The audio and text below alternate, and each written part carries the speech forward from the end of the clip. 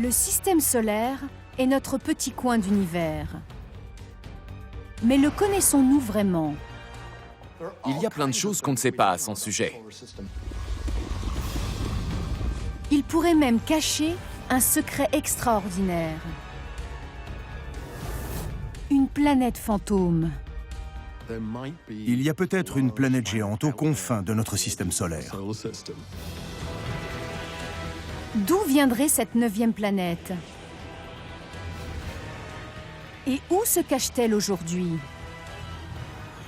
Ça ne va pas être facile de localiser la 9e planète. Ça prendra peut-être des années, mais on y arrivera. Les astronomes entament une quête historique. Découvrir la 9e planète qui se cache peut-être à 150 milliards de kilomètres de notre Soleil.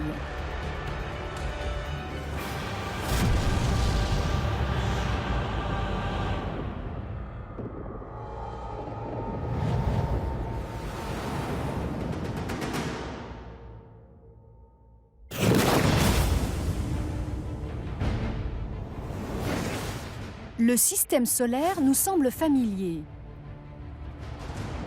Au cours des 50 dernières années, nous avons exploré la quasi-totalité de ces planètes.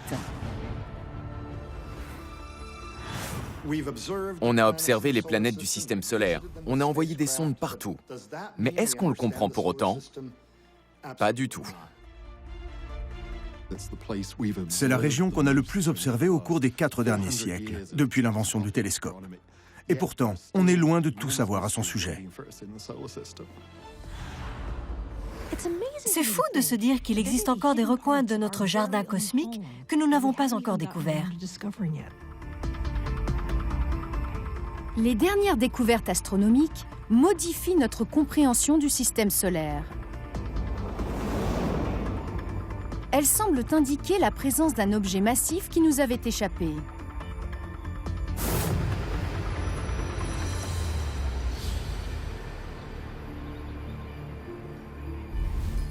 Voici l'observatoire Palomar en Californie. Sa coupole abrite un télescope de 5 mètres de diamètre. 70 ans après sa mise en service, il reste l'un des plus grands du monde. Cette coupole est énorme. Elle fait quasiment la même taille que celle du Panthéon de Rome. Greg Alinan est astronome au Caltech, l'Institut de technologie de Californie. Il cartographie les astéroïdes qui gravitent aux confins du système solaire. S'il y a bien un objet massif au-delà de Neptune, il devrait influencer leur trajectoire.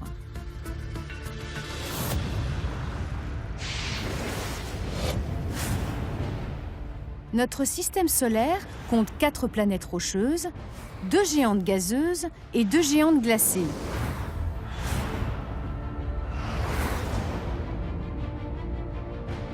La ceinture de Kuiper se trouve au-delà de Neptune, la 8e planète.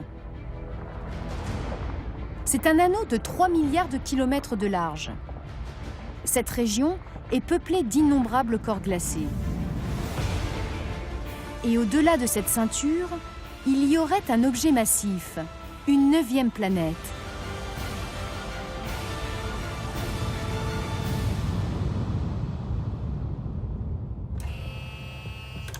Pour cartographier la ceinture de Kuiper, Greg monte sur le télescope une caméra spécialement conçue, baptisée Kaimira.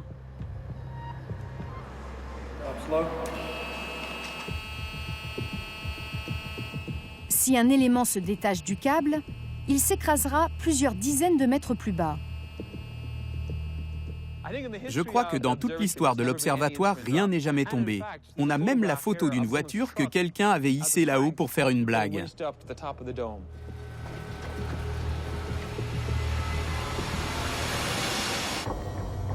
Kaimira est installée. La coupole de l'observatoire s'ouvre sur le ciel nocturne. Et voilà, tout est branché. On tourne les objectifs. Hilke Schlichting est elle aussi astronome et collabore au projet.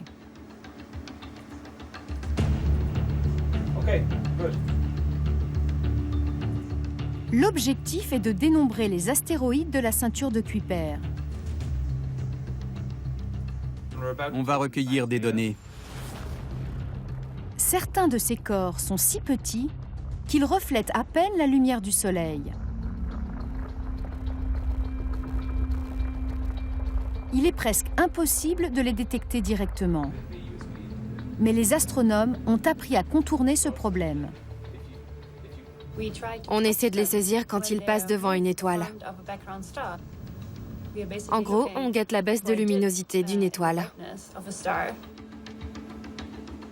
Dans leur course, les astéroïdes cachent la lumière d'étoiles lointaines à la manière d'une éclipse. Une éclipse qui ne dure qu'une fraction de seconde. Pour saisir ces images fugaces, Kymera prend en rafale des clichés de milliers d'étoiles. On a 2 objectifs et chacun d'eux prend 40 clichés par seconde. Dans chacune de ces photos, il y a 5000 étoiles. On va procéder comme ça pendant 70 nuits. Hilke a conçu un logiciel pour trier cette gigantesque masse de données.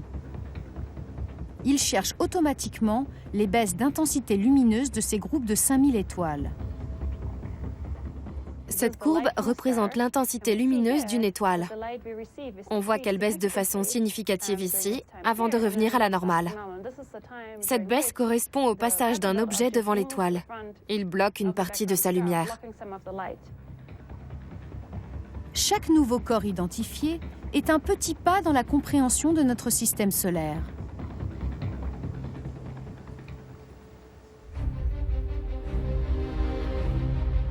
Mais certains de ces objets ont des orbites qui ne suivent pas les règles du système solaire.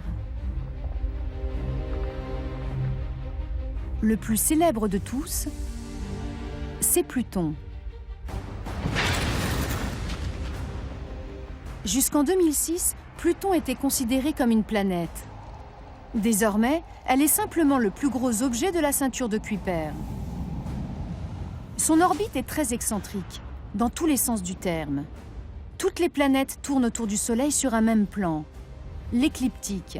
Pluton, elle, suit une trajectoire complètement inclinée. Certains objets de la région ont un comportement encore plus bizarre. Si bizarre qu'il n'y a qu'une seule explication possible. Une autre force est en jeu.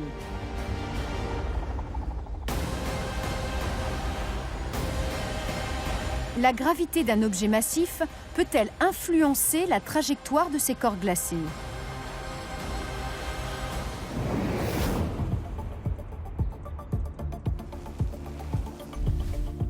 Au Caltech, Constantin Batygin modélise l'orbite des objets de la ceinture de Kuiper. Il utilise pour cela un superordinateur. Il faut environ 3 semaines à ce superordinateur pour générer une simulation de l'évolution du système solaire. Pour expliquer l'orbite anarchique de la ceinture de Kuiper, Constantin doit d'abord écarter les perturbations dues à la présence de Neptune.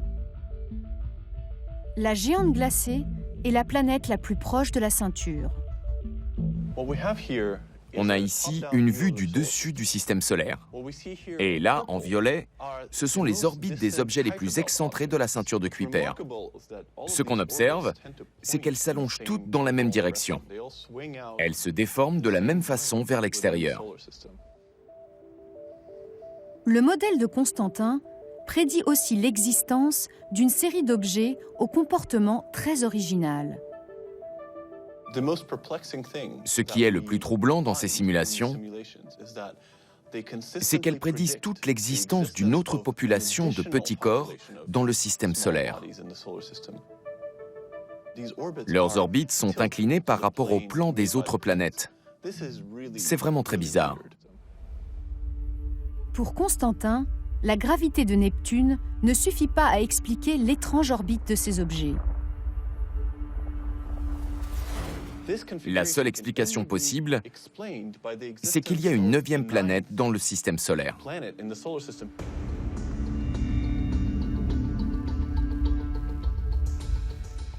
La gravité de Neptune influence la trajectoire des objets de la ceinture de Kuiper. Mais on s'est aperçu qu'il y avait autre chose. Les orbites de ces objets n'ont pas pu être provoquées par Neptune. Il doit y avoir autre chose, et ce doit être assez gros. Une nouvelle planète du système solaire. Ce serait une découverte sensationnelle. S'il y a vraiment une 9e planète, elle ressemble sûrement un peu à Neptune. Une planète glacée, enveloppée d'une atmosphère d'hydrogène et d'hélium. Selon les calculs des astronomes, cette 9e planète serait à 150 milliards de kilomètres de la Terre. Il lui faudrait au moins 10 000 ans pour effectuer un tour complet autour du Soleil. Son reflet mettrait 1 semaine pour atteindre nos télescopes. Comment l'existence d'une planète aussi lointaine est-elle possible? Pour le comprendre, il faut revenir à la naissance de notre système solaire.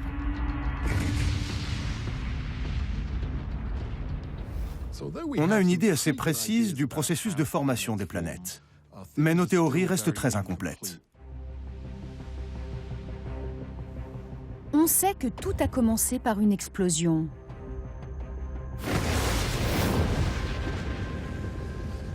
Il y a 4,5 milliards d'années, une boule de gaz chaud engendre ses premières réactions thermonucléaires. Notre Soleil vient de s'allumer.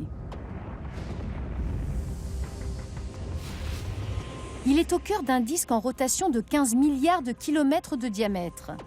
Pour l'instant, nulle trace de planète. C'est un nuage de gaz et de poussière, des particules 1000 fois plus petites qu'un grain de sable.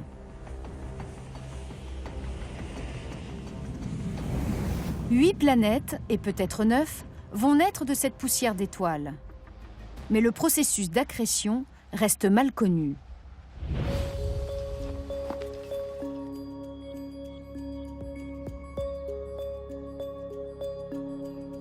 À Brême, en Allemagne, une tour permet de reconstituer la naissance des planètes.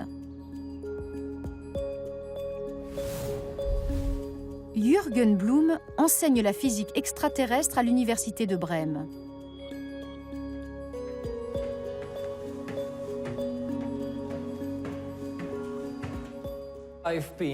J'ai consacré la moitié de ma vie à ce projet. Et c'est la première chose à laquelle je pense quand je me lève le matin. Nous sommes au sommet de la tour d'impesanteur de Brême, à 130 mètres au-dessus de l'expérience. Sous les pieds de Jürgen, tout un dispositif permet de simuler l'apesanteur. Pour enquêter sur la façon dont la poussière s'agglomère dans un système solaire, il faut du talc, une capsule équipée d'une caméra et une tour de 146 mètres de haut.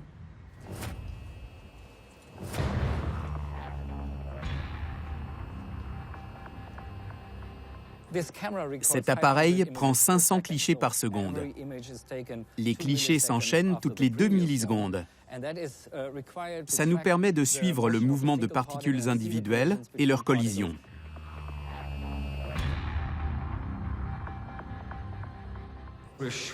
On envoie la capsule en hauteur à très grande vitesse.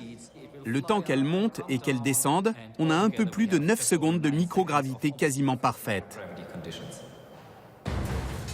La microgravité permet à la poussière de se comporter exactement comme dans l'espace.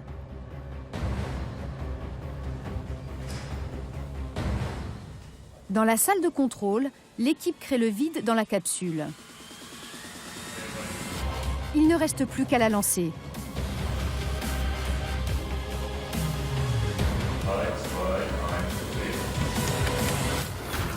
La catapulte mécanique propulse la capsule à une vitesse de 168 km/h. Ensuite, elle retombe, ce qui crée des conditions d'apesanteur à l'intérieur.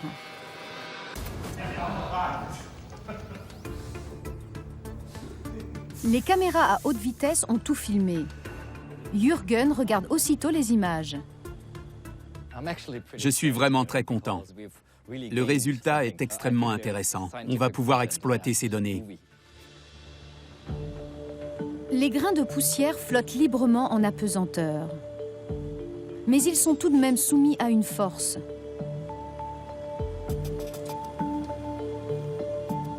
De minuscules variations dans la charge électrique de chaque particule les poussent à s'agglomérer.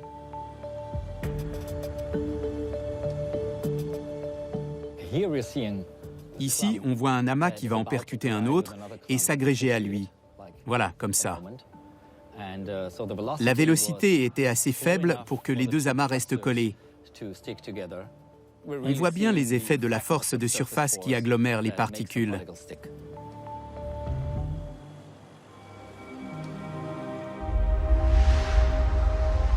Ce serait le point de départ de la formation des planètes. Dans un nuage de poussière primordiale, les particules se sont peu à peu agrégées, comme dans l'expérience de Jürgen. Elles ont formé des boules de la taille de billes. Ces billes se sont percutées pour former des ensembles de plus en plus gros. Une fois qu'elles atteignent 1 kilomètre de diamètre, la gravité entre en jeu et elles attirent encore plus de matière. Ce qui n'était qu'une poussière est devenu un gros morceau de roche. À l'échelle cosmique, notre système solaire s'est formé très rapidement. Il n'a fallu que quelques dizaines de millions d'années pour qu'un nuage de gaz et de poussière stellaire forme de jeunes planètes. Les scientifiques comprennent mieux comment des nuages de poussière forment des planètes. Mais il reste beaucoup de choses qu'ils ne peuvent expliquer. On sait à la fois beaucoup et très peu de choses du système solaire. Il existe plusieurs théories concurrentes. Où se sont formées les géantes gazeuses? Où se sont formées les planètes rocheuses? Autant de questions auxquelles il faut répondre pour espérer comprendre la formation d'une 9e planète.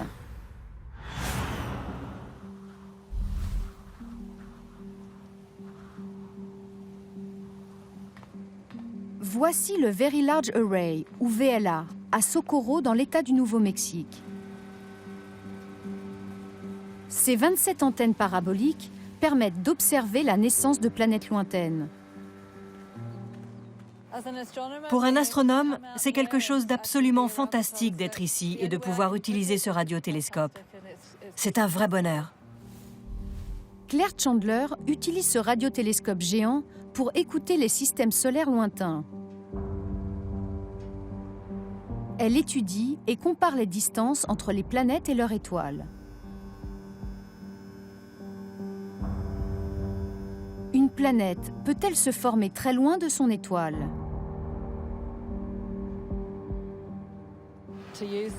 Pouvoir utiliser le VLA pour nos recherches, c'est un véritable privilège. L'étoile que vise Claire s'appelle Hachel Tauri. Elle se trouve à environ 450 années-lumière de la Terre. Des observations récentes ont fait de cette étoile une cible très populaire.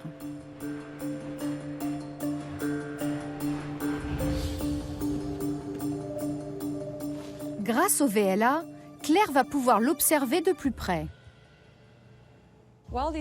Les jeunes étoiles sont noyées dans leurs nuages de gaz et de poussière.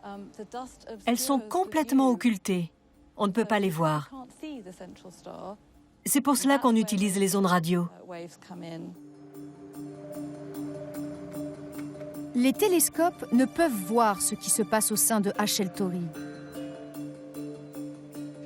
En revanche, les ondes radio franchissent le nuage de poussière qui entoure l'étoile. Les radiotélescopes peuvent donc créer une image de la structure de ce nuage. Quand on utilise les ondes radio qui ont une longueur d'1 ou 2 cm, on voit des particules de poussière d'1 ou 2 cm de diamètre.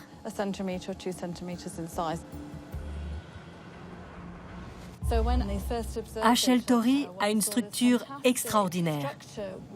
On voit très bien son disque, avec des anneaux sombres et d'autres plus clairs. Hachel Tauri ressemble beaucoup à notre Soleil, à une différence près. elle n'a qu'1 million d'années. Nous sommes en train d'assister à la naissance d'un système solaire. Cet énorme disque de poussière de 30 milliards de kilomètres de diamètre tourne autour de sa jeune étoile. C'est un objet très intéressant parce que cet énorme disque de gaz et de poussière finira sans doute par ressembler au système solaire. Le radiotélescope permet d'étudier en détail la structure du disque protoplanétaire. L'image montre la répartition des particules de poussière qui vont former des planètes.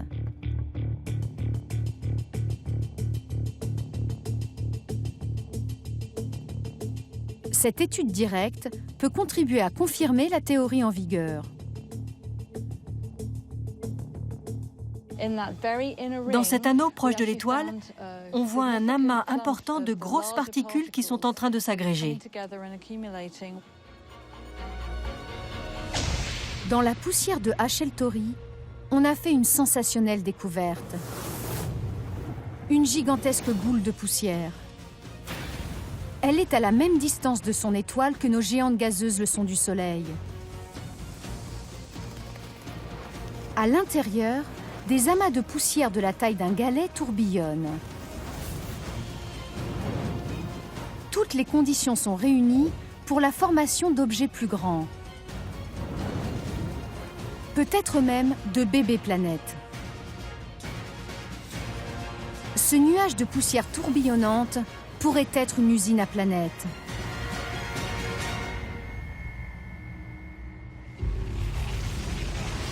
L'anneau de Hachel Tauri semble prêt à produire un système solaire très semblable au nôtre. Mais le diamètre de son disque semble invalider la théorie de la 9e planète. À l'emplacement supposé de ce corps céleste, il n'y a plus assez de matière pour former une planète. Quand on s'éloigne de l'étoile, la matière devient plus froide, elle est moins dense, et il devient plus difficile de former une planète.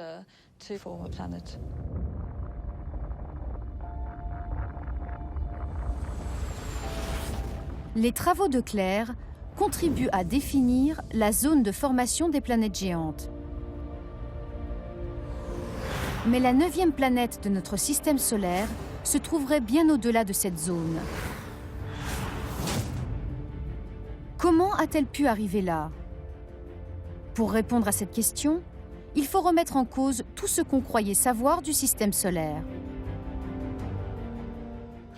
Le système solaire a-t-il toujours été tel qu'on le voit aujourd'hui? En fait, peut-être pas.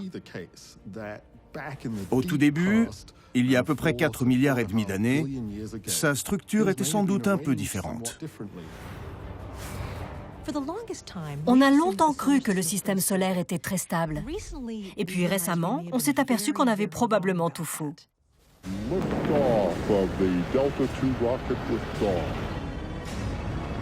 Les dernières missions spatiales permettent de mieux comprendre l'histoire mouvementée du système solaire.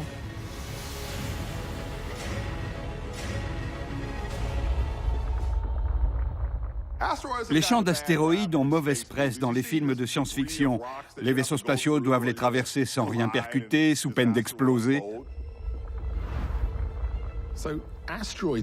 Les astéroïdes de la Grande Ceinture, c'est un mélange d'objets hétéroclites, des résidus de la formation des planètes. Il y a des morceaux de matière qui n'ont jamais été incorporés à une planète, et d'autres qui faisaient sans doute partie de protoplanètes il y a 4,5 milliards d'années. La ceinture d'astéroïdes est une machine à remonter le temps. Ce sont les vestiges du disque de roche et de glace qui a donné naissance à toutes les planètes du système solaire. Cette ceinture d'astéroïdes pourrait aussi expliquer pourquoi la 9e planète, si elle existe, peut se trouver si loin du Soleil. La variété des objets de la ceinture d'astéroïdes est une fenêtre ouverte sur les premiers temps du système solaire.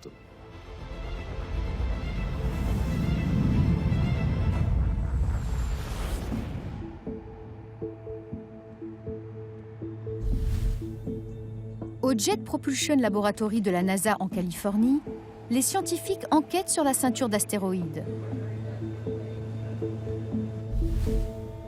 Mark Rayman est directeur et ingénieur en chef de la mission Dawn. Nous sommes dans la salle de contrôle du laboratoire. C'est d'ici qu'on pilote le réseau de télécommunications avec l'espace lointain de la NASA. Il y a des consoles partout pour commander ce réseau et communiquer avec les sondes qui sont en mission dans le système solaire. Ce qu'on voit ici, ce sont les différentes antennes du réseau. Elles sont placées ici, en Californie, en Espagne près de Madrid et en Australie près de Canberra. Au moment où je vous parle, elles communiquent avec les sondes à travers l'espace. La sonde Dawn est actuellement en orbite autour de Cérès, à plus de 250 millions de kilomètres de la Terre.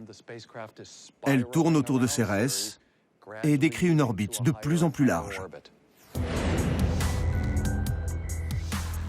La sonde est équipée d'un système de propulsion futuriste.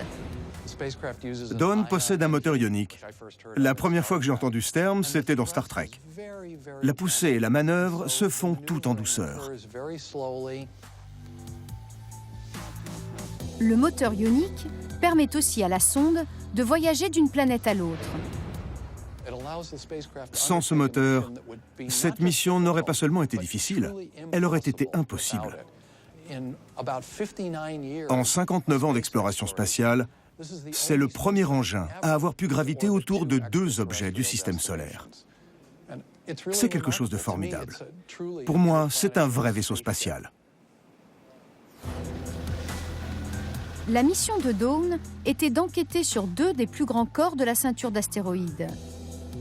Vesta, une protoplanète d'environ 530 km de diamètre, et Cérès. Avec ses 950 km de diamètre, elle représente à elle seule 30% de la masse de la ceinture d'astéroïdes.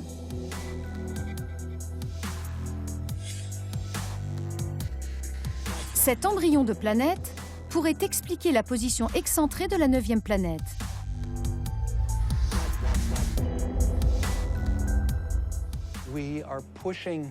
On repousse les limites de la technologie et des capacités humaines. Ce sont les derniers mondes non cartographiés du système solaire. Il y a près de 4,6 milliards d'années, Vesta et Cérès étaient en passe de devenir de véritables planètes, mais leur croissance s'est arrêtée net. La sonde a transmis des images de Cérès.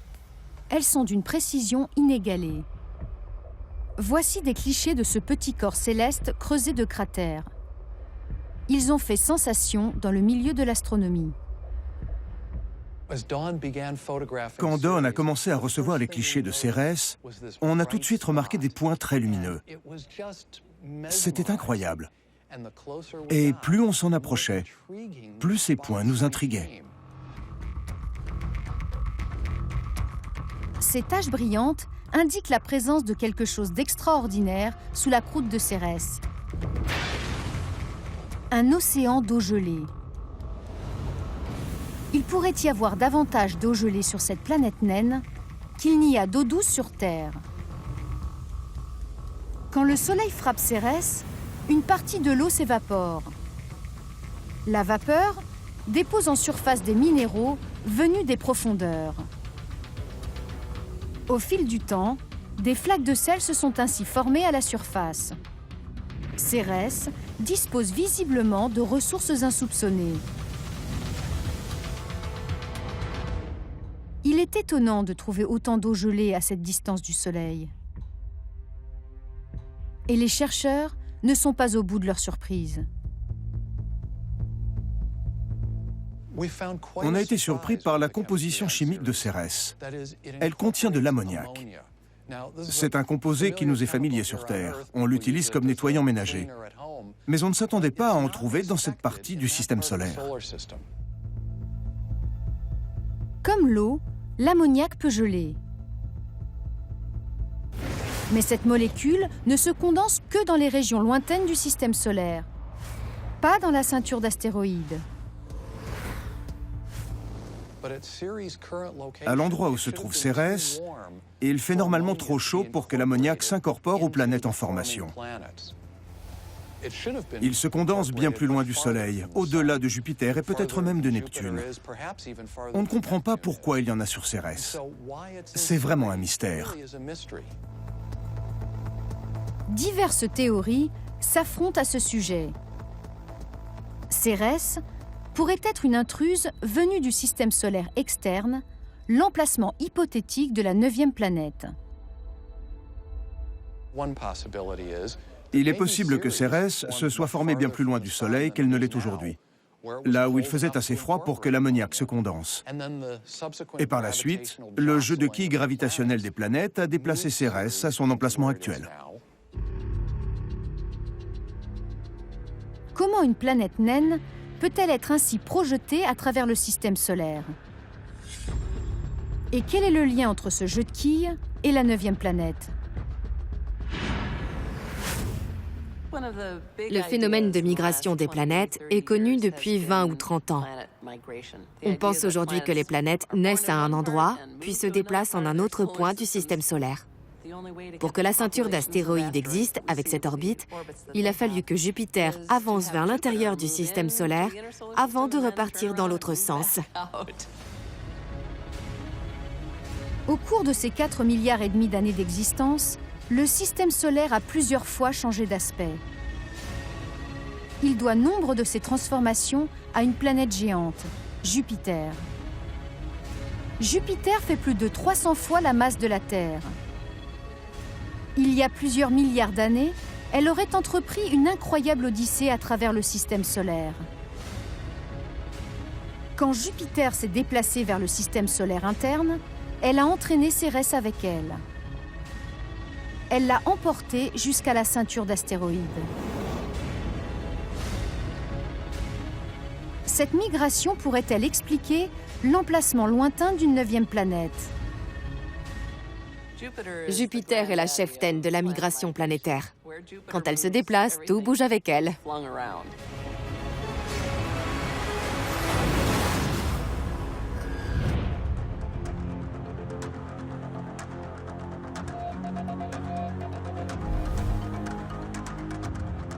L'observatoire Lick se trouve au sommet du mont Hamilton en Californie.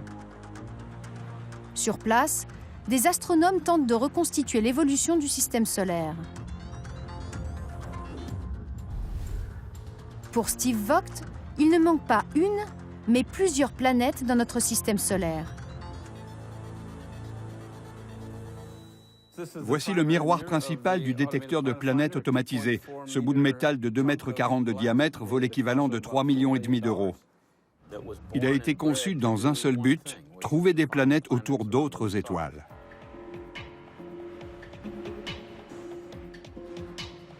Le télescope est conçu pour travailler de nuit, sans assistance humaine. Quand le soleil se couche, la coupole s'ouvre. L'instrument trouve une étoile brillante pour faire le point. Et dès que les réglages sont faits, il examine automatiquement une liste de cibles et décide seul de l'étoile la plus intéressante à observer cette nuit-là.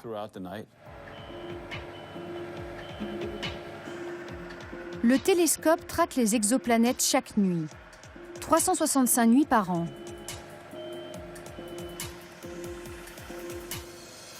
Mais les observatoires robotisés ont aussi besoin de révisions ponctuelles. Aujourd'hui, Steve et son équipe doivent nettoyer le miroir du télescope. Le miroir a été conçu pour une longueur d'onde infime. On est à moins d'1 micron. Là, il a besoin d'une couche d'enduit. L'aluminium est tout sale. Il faut le gratter et le nettoyer, donc on va tout démonter. Le télescope permet d'analyser la lumière d'étoiles lointaines.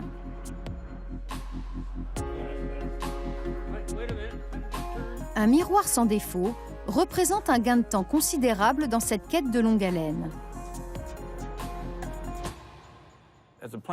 Quand une planète est en orbite autour d'une étoile, en réalité, toutes les deux tournent autour d'un barycentre commun. C'est comme deux enfants sur un tape-cul. Il se balance à tour de rôle de part et d'autre du centre de la balançoire. Le mouvement de révolution de toute planète fait bouger son étoile. Steve analyse la lumière émise par l'étoile pour mesurer cette oscillation. Ces données permettent de calculer par déduction la taille et l'orbite de la planète. Après des années d'observation, l'équipe de l'observatoire est arrivée à une conclusion étonnante.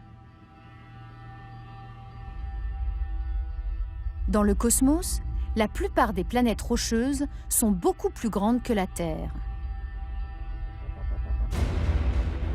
Certaines font 10 masses terrestres. On les a surnommées les super-terres. Elles ne ressemblent en rien aux planètes de notre système solaire. Elles possèdent souvent un épais manteau composé d'hélium. Et rien ne protège leur surface rocheuse des radiations solaires. Leur proximité avec leur étoile en font de véritables enfers.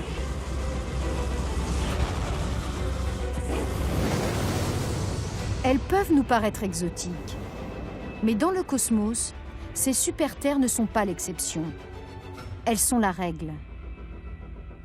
On s'est aperçu que notre système solaire ne ressemblait pas du tout à ça. On n'a pas de super-terre chez nous. Aujourd'hui, on sait que les systèmes planétaires sont très répandus dans l'univers. Mais le nôtre est un sacré original.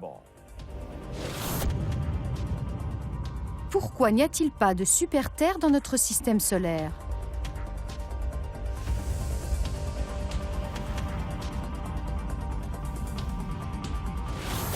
Cette absence aurait-elle un rapport avec la 9e planète?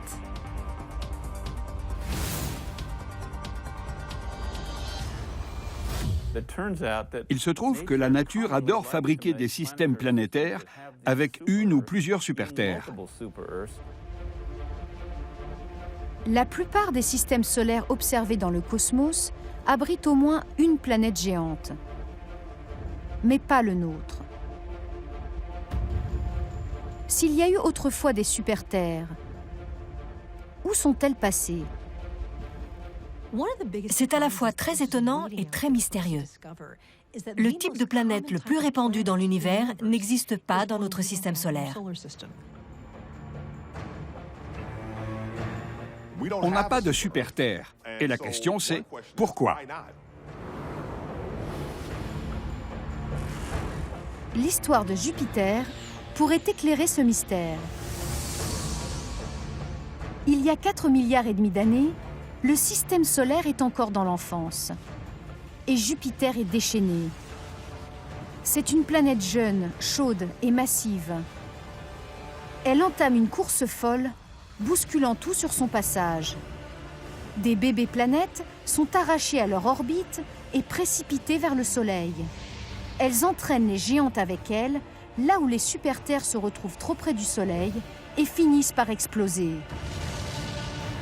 La migration de Jupiter les a condamnées à une fin prématurée.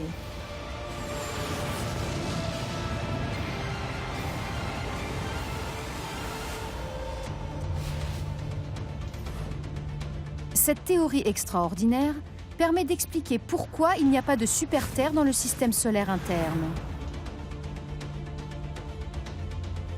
Mais Jupiter a-t-elle pu envoyer une super-terre dans la direction opposée, au point qu'elle se retrouve très éloignée du Soleil?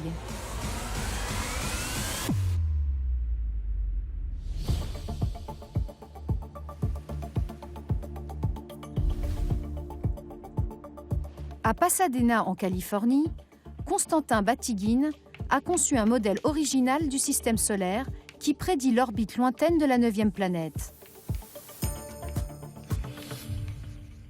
L'idée que le système solaire possède une planète supplémentaire, peut-être même une planète massive comme une super-terre, peut paraître un peu folle. Mais plus on regarde les données dont on dispose, plus ça nous semble cohérent. Les idées de Constantin repoussent les limites de l'astronomie. Elles lui viennent généralement une craie à la main, devant un tableau noir. Le fait d'écrire permet d'ancrer sa réflexion dans quelque chose de concret. Et on s'inscrit dans la grande tradition des mathématiques et de la physique qui remonte à des siècles. C'est une façon de dialoguer avec la réalité sous une forme très compacte. Quelques formules tracées sur un tableau peuvent donner une idée de ce qui s'est passé il y a des milliards d'années dans notre système solaire. Pour moi, c'est un très grand plaisir.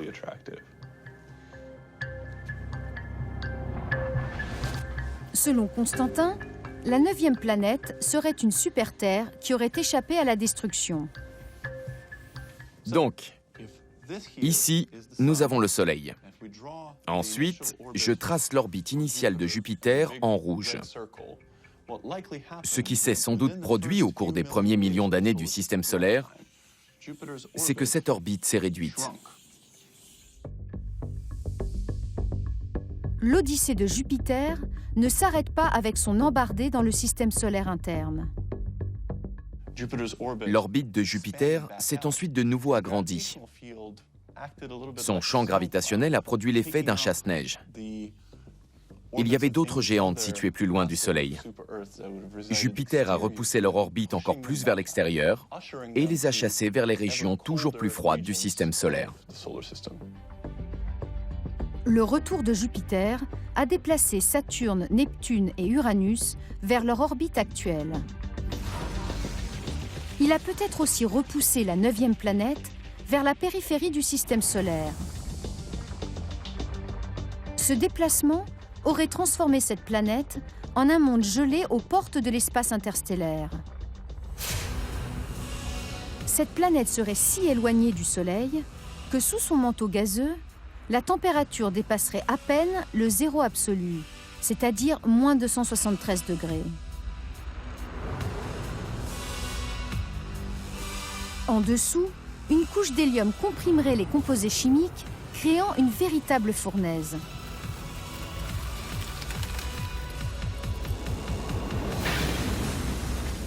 Son noyau interne serait composé de fer en fusion.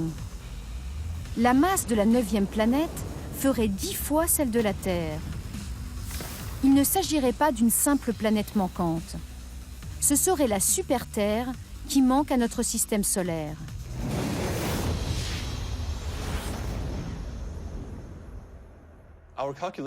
Selon nos calculs, la 9e planète serait 1000 fois plus éloignée du Soleil que ne l'est la Terre. Si le Soleil faisait la taille d'une pièce, cette planète serait à 1 kilomètre de là.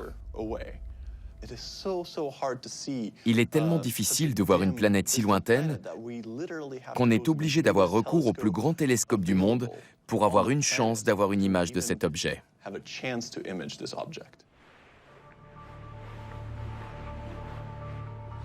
Constantin est convaincu que si cette planète existe, il la trouvera.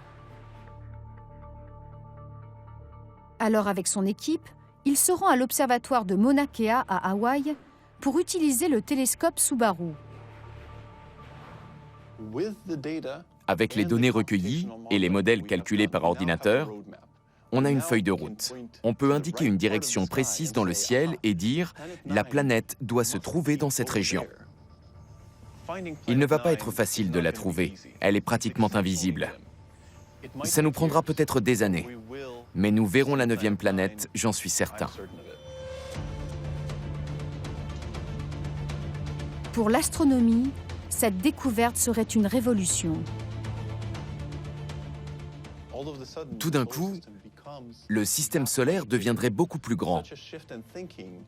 Ça produirait un changement de perspective, chose qui n'arrive pas souvent dans l'histoire de l'humanité. C'est une chance et un grand privilège de pouvoir travailler sur ce problème aujourd'hui.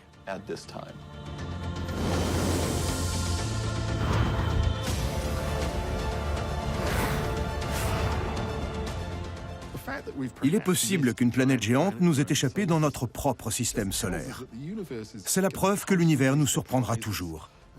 Et ça nous encourage à étudier tout ce qui nous entoure avec encore plus d'attention, parce qu'on ne sait pas ce qui pourrait s'y cacher. Les astronomes se rapprochent de leur cible. C'est une traque historique. celle d'une géante oubliée, loin de la lumière du Soleil. Une 9e planète, isolée dans des immensités glacées. Une planète qui bouleverserait notre représentation du système solaire. Ma plus grande joie, en tant que scientifique, c'est quand une découverte inattendue surgit de nulle part. Pour l'instant, on n'a que des indices indirects de cette 9e planète. Mais j'ai mis une bouteille de champagne au frais et je la déboucherai à la minute où on aura une image de la planète.